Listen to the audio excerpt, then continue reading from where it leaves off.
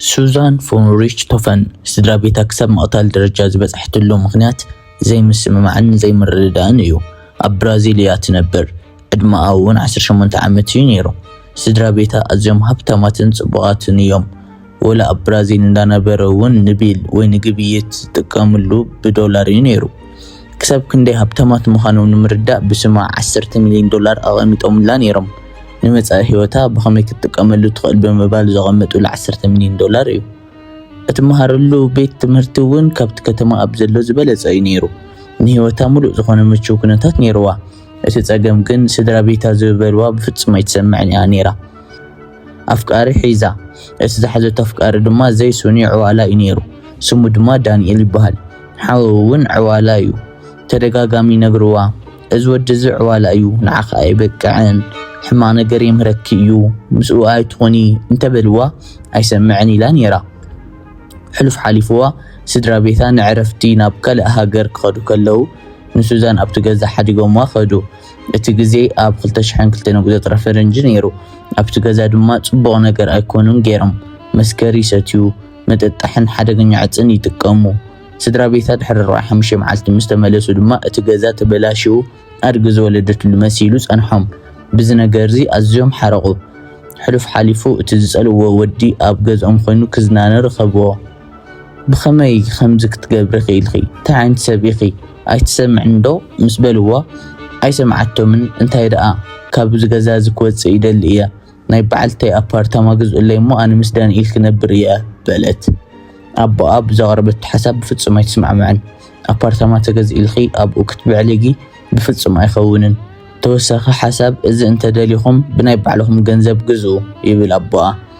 ግን ናይ ባዕሎም ዝሰርሖ ስራሕ ኣይነበሮምን። ዳንኤል እውን ዝሰርሖ ነገር ኣይነበሮም። ስለዚ ገንዘብ ዝረኽበሉ መንገዲ ስለዘይነበረ ሓደ ሓሳብ ይመፀላ። ስድራ ቤተይ እንተሞይቶም ናይ ስድራ ቤተይ ውርሲ ክረክብ እየ። ብተወሳኺ ድማ ኣብ ስመይ ዘቐመጡለይ $10 ሚልዮን ከንቀሳቕሶን ከውፅኦን ይኽእል እየ በለት። ንፍቕረኛ ንዳንኤል ኣመኸረቶ። ንሱ ድማ ብጣዕሚ ጽቡቕ ሓሳብ እዩ፣ ብሓደ ግዜ ብብዙሕ ሚልዮን ዶላራት ክህልወና እዩ፣ ግን ክንቀትሎም ከለና ከም ዘረፋ ኣምሲልና እዩ ይብላ። መዓልቱ ክሓስቡ ጀመሩ። መዓስ እዚ ከም ዝገብርዎ ድማ መረፁ። ናይ ሃሎዊን ክብረ መዓልቲ መረፁ። ኣብ ብራዚል እቲ በዓል ብዙሕ ዘመቐ ነገር ኣይነበረን፣ ግን ኣብታ ንእሽተይ ግርግር ንስድራ ቤታ ጸጥ ንምባል ሓሰበት። እዚ ነገር እዚ ባዕሎም ጥራሕ ክገብርዎ ስለ ዘይደለዩ ሓደ ሰብ ክቆፅሩ ደለዩ። ንሓው ናይ ዳንኤል ማለት እዩ። ሓው እውን ዕዋላ እዩ ነይሩ። ከይዱ ምስ ኣማኸሮ ወላ ሓደ ኣይሓተቶምን እሺ እዩ ዝበለ። እቲ ዝሓሰብዎ ሓሳብ ብምሓዝ ዕፅ ተጠቒሞም ደንዚዞም ናብቲ ገዛ ይኸዱ። እቲ ገዛ ናይ ባዕልቱ ሴኩሪቲ ሓለዋ ካሜራ ነይርዎ፣ ግን ንሳ ቀዲማ ኣትያ ናይቲ ገዛ ሴኩሪቲ ኣጥፍአቶ። ማዕጾ ከፈተትሎም። ናብ መደቀሲ ገዛ ወሲዳ ኣርእየቶም። ክልቲኦም ኣብ ኢዶም በትሪ ሒዞም ነይሮም። እቲ በትሪ ናይ ብረት በትሪ ነይሩ። ናብቲ መደቀሲ ገዛ ብህዱእ ኣትዮም ኣቦን ኣዶን ኣብ ዝደቀስሉ ብብረት ተቐጥቂጦም ሞቱ። እዚ ገይሮም ምስ ወድኡ እቲ ገዛ ከም ዘረፋ ንምምሳል ኩሉ ነገር ብትንትን ኣበልዎ። ካብቲ ካዝና ድማ ዶላር ወሰዱ። ከባቢ $8,000 ነይሩ። ካብቲ ገዛ እዚ ገንዘብ ሒዞም ብን ኢሎም ኸዱ። ካብኡ ሰባት ናብ ዘለውሉ ቦታ ወይ ድማ ምስክራት ክረኽብሉ ናብ ዝኽእሉ ቦታ ሆቴል ኸዱ። ኣነ ኣብ ገዛ ኣይነበርኩን ንምባል ማለት እዩ። ብጽባሒቱ ሱዛን ናብ ገዛ ተመሊሳ ዋላ ሓደ ከም ዘይትፈልጥ ሰብ ኮይና ንፖሊስ ደወለት። ግን ከም ካልኦት ሰባት ኣየላኸኸትን ኣየምሰለትን። ስድራ ቤተይ ተቐቲሎም እያ ዝበለት። ፖሊስ መፂኡ ክምርምር ጀመረ። ፖሊስ ግራ ተኣተወ። ሱዛን ስድራ ቤታ ዝሞትዋ ኣይትመስልን ነይራ። ሓደ ሰብ ስድራ ቤቱ ክሞትዎ ከለዉ ክንደይ ከም ዝስበርን ከም ዝሓዝንን ይፍለጥ እዩ።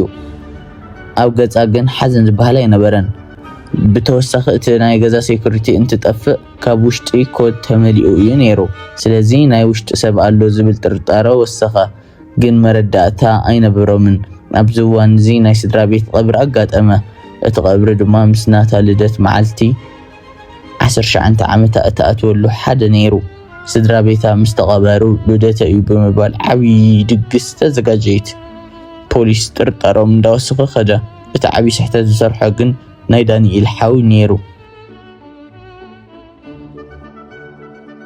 بتزسرقوا دولار خيدو موتر جزء ኣብ ብራዚል ብዶላር ይገዝእዎ ብተወሳኺ ድማ ስራሕ ዘይሰርሕ ሰብ ስለዝኾነ እቲ ገንዘብ እዚ ካበይ ኣምፂዎ ዝብል ጥርጣረ ፍልይ ፈጠረ ፖሊስ ሒዞም ክሓትዎ ከለው ክምልስ ኣይከኣልን ሽዑ ኩሉ ነገር ዝርዝሩ ተናገረ ፖሊስ ብኡ ኣቢሉ ንሱዛንን ንፍቅረኛን ሓዘዎም ሱዛን ግን ኣብ ሚድያ ኣትያ ድራማ ክትሰርሕ ደለየት ናይ ብራዚል ቲቪ ቻነላት ኢንተርቪው ክገብርዋ መፁ ማይክ ገይሮምላ ነይሮም ማይክ ሪከርድ ይገብር ከም ዝነበረ ኣይፈለጠትን ነይራ ምስ ጠበቃ ክትዛረብ ከላ ጠበቃ ስድራ ቤትክ ብኻልኦት ወንጀለኛታት ከም ዝተቐተለ ኣምሲልኺ ድራማ ስርሒ ይብላ ነይሩ እዚ ኩሉ ንግግራት ድማ ብቲ ማይክ ሪከርድ ተገይሩ ነይሩ እቲ ናይ ቲቪ ቻነል ነዚ ሪከርድ ዝተገበረ ድምፂ ንህዝቢ ዘርግሖ ህዝቢ ድማ እቲ ድራማ ኣፈሊጥዎ ኣላገፀላ ኣብ መወዳእታ ፍርድ ቤት ቀሪቦም ጥፋተኛታት ምዃኖም ምስ ተረጋገፀ